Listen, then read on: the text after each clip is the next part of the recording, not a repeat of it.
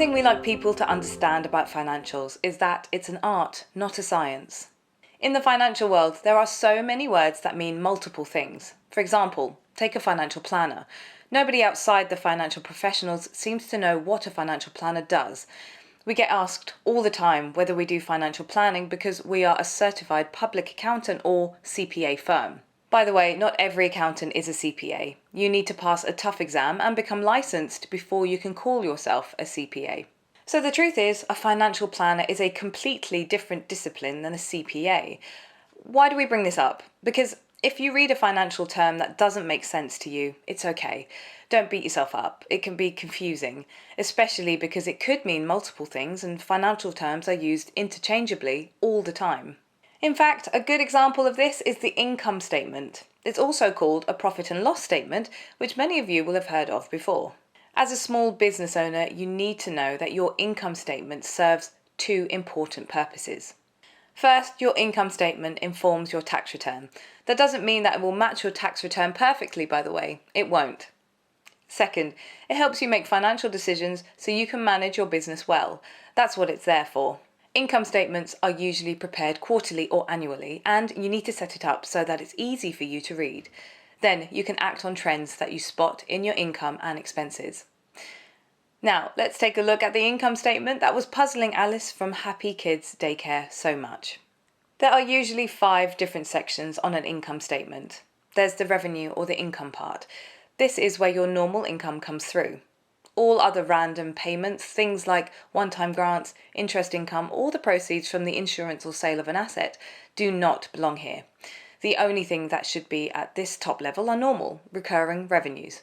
This might include tuition, monthly grants, subsidiaries, and so on for your business.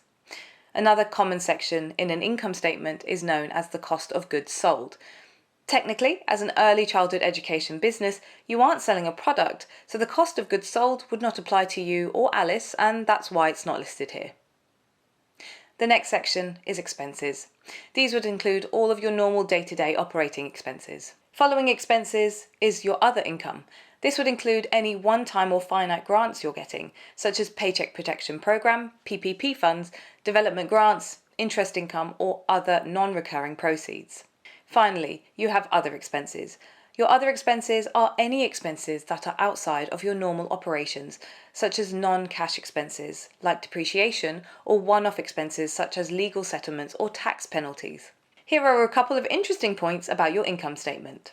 Your business's net income will not necessarily mean you'll have an increase in cash in your business bank account. A lot of things that could be considered as money spent don't actually go into the income statement. For example, if you buy a new playground for your childcare centre, it's not necessarily going to go into expenses. Most of the time, it's going to hit the balance sheet because it's considered an asset instead of an expense. Other examples of cash out the door that won't show as expenses on your income statement include large assets, owner's draws, and principal payments on debt. Your income statement resets itself every period, so your net income starts again at 0 at the beginning of the next period. We'll talk about this more in the next lesson. Here are a few tips to help make your income statement more readable. Try to limit your income statement to 65 lines or less. Anything more than this becomes difficult to read. Avoid using specific accounts for specific vendors or items. For example, we've seen clients who will try to dedicate an account entirely to baby wipes. Using that level of detail for tracking income and expenses just becomes too overwhelming. Separate subsidy income from private pay income or tuition income. This will make it easier for you to analyse changes in your income. Did you have several students drop out without replacing them? Or is your subsidy payment late? Break out owner's pay or officer's pay, along with any other expenses related to owners, like car payments or leases and cell phone bills. Separate these expenses into a section called officer allowance. This will make it easier to see the true profitability of the business. It will also come in handy if you decide to sell your business someday. The new owners can easily figure out what expenses don't come with the business. Break out bank fees on a detailed level into interest expense, merchant fees, and bank service fees. Often bank fees can be a huge drain on your income, and it's helpful to pinpoint which one of these expenses may be the biggest culprit. Focus on your net operating income. This is your income before other income and other expenses. As the name implies, it is your profit from the operations of the business. This is the number that lenders will focus on when determining if your business is profitable enough to cover debt payments. Finally, make it a habit to review your income statement regularly. We are big believers in managing what you measure. If you don't review your financials on a monthly basis and just rely on looking at your bank balance, chances are you will end up draining your business's finances. Now, let's go back to Alice at Happy Kids. Her total income was $448,762.75. Her total expenses were $348,081.48. This gave her a net operating income of $100,681.27.